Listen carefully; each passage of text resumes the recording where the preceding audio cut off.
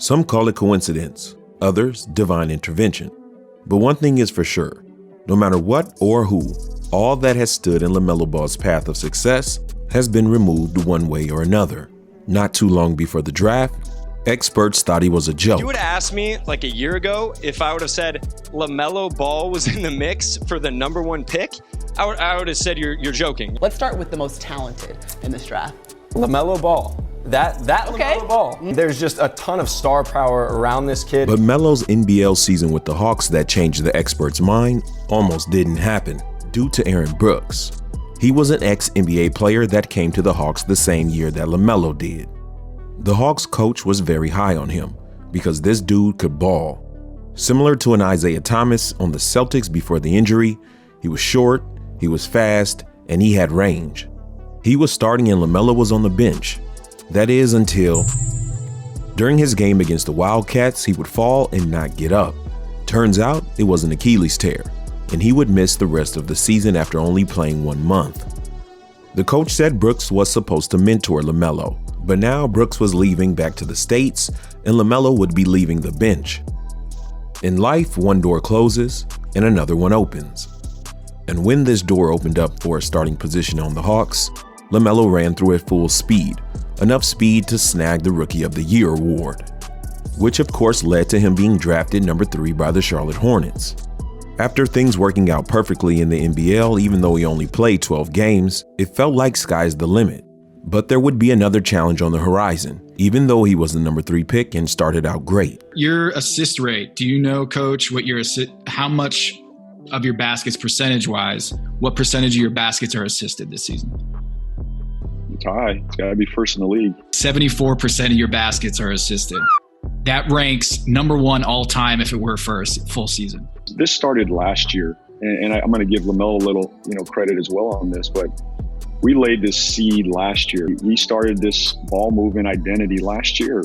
How hard was it to, I won't say convince, but kind of allay any fears from Devontae and to a lesser extent Terry? I guess Devontae would be the main one because last year was his breakout year and he was on the most improved ballot and a general feel-good story about a player who had an okay rookie year and then broke out last year. Devontae had such a special year last year and he means so much to our program. Look, he was such a major, when you looked at our group last year, to finish 9th in the Eastern Conference with a roster that was very inexperienced. Devontae deserves a lot of that credit in the season he had. And he's been great. And, he's trusted me along the way. I've continued to start him. I think he's earned it. This isn't something I'm just handing over to Devontae. He's earned it based on last year, based on early this season, based on what I think is best for Lamelo right now. This is the direction we're going. Lamelo's new coach already had a starting point guard. So even though MB1 was the #3 pick overall, he was playing second fiddle to a 2018 second-round pick. It's good to note he didn't pout. He was still averaging 12, 6, and 6. While on the bench, he still showed leadership. A ton of his fans wanted him to start and were upset with the situation. But the Hornets began to win games, and Borrego was getting comfortable with the format. Not to mention, we were still seeing this. 5 reserves in the... Oh my goodness! Miles Bridges! Opponents have scouted that. Rozier and Graham would start the game off and Lamelo would come in and help. That is, until something happened. Ooh! Off the heel! That would have been nice. And Terry Rozier went down. The Hornets had just been so excited and had every bit of momentum on their side, and now concerned for their teammate. Terry wasn't labeled the point guard, but he and Devontae were interchangeable, which means there was room for Melo in the starting lineup. Coach James Borrego now had no reason to not start the Chino Hills phenom. The coach and Michael Jordan were not expecting this. Lamelo! Score! Another foul! But Terry came back 3 games later, so the coach tried to start all 3 guards. But something happened again. Devontae's hurt. Out of nowhere, the same game Terry came back, Devontae went down. So the Hornets have to call a timeout as Devontae Graham bent over at half court. See what happened here. I didn't see any contact. Without any contact at all, Devontae Graham randomly pulled a groin muscle while casually strolling down the court. And we'll take a timeout. 9:19 remaining, second quarter. And things have been up since then. Passes people hadn't seen since Pistol Pete. An unmistakable flair that made onlookers gawk. Now that he was in the starting lineup, he was putting distance between himself and the other rookies. He started out on the bench, but circumstances that were not under his control changed. An opportunity presented itself, and he took full advantage. It was like nothing in his way could remain. On to his second year in the NBA, he got right back to business. At one point, leading his team in points, rebounds, and assists. Many fans felt he was the face of the franchise, but the general manager kept saying that Gordon Hayward was the guy, and then this happened. And Trent spins it in. It got landed on by Hayward. Gordon's hurt. Gordon got hurt, and Mitch felt some type of way. Our best player, that's Gordon Hayward. And we're not going to really advance without Gordon. So it's important that he gets back. And when he gets back, he works his way back into the lineup, gets his feel back, his touch, his confidence. Gordon Hayward would go on to miss 22 games, and Lamelo took a step forward. Mitch was waiting and hoping for Hayward to get healthy and stay healthy, and Lamelo was busy making the All-Star.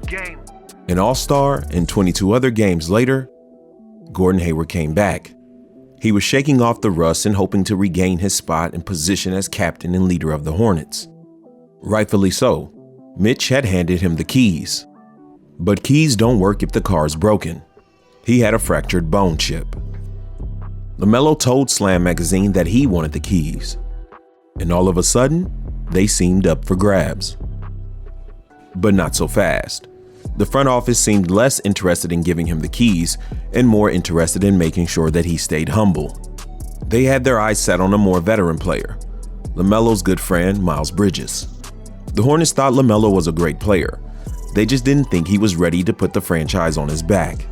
They planned to re-sign Miles Bridges, who was a free agent, and more so lean on him, until tragedy struck.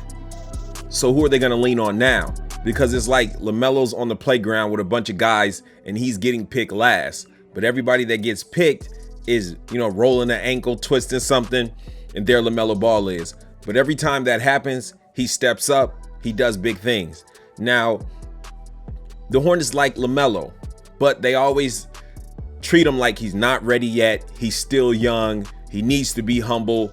So while they want to bring him up, they want to develop him, they want him to be somebody in their franchise, they're always saying not yet. And they're looking at the next guy, Gordon Hayward, Devontae Graham.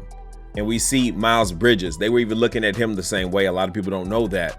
But unfortunately, these things happen. And these are nothing that LaMelo would like or has planned on happening. Of course, Aaron Brooks with the NBL. Then you got Devontae Graham, Terry Rozier, Gordon Hayward, Miles Bridges. But we do have to see a lot of dominoes are falling around and falling in a place to where LaMelo is going to be the next one up. He will have to be the one that they lean on, whether they like it or not.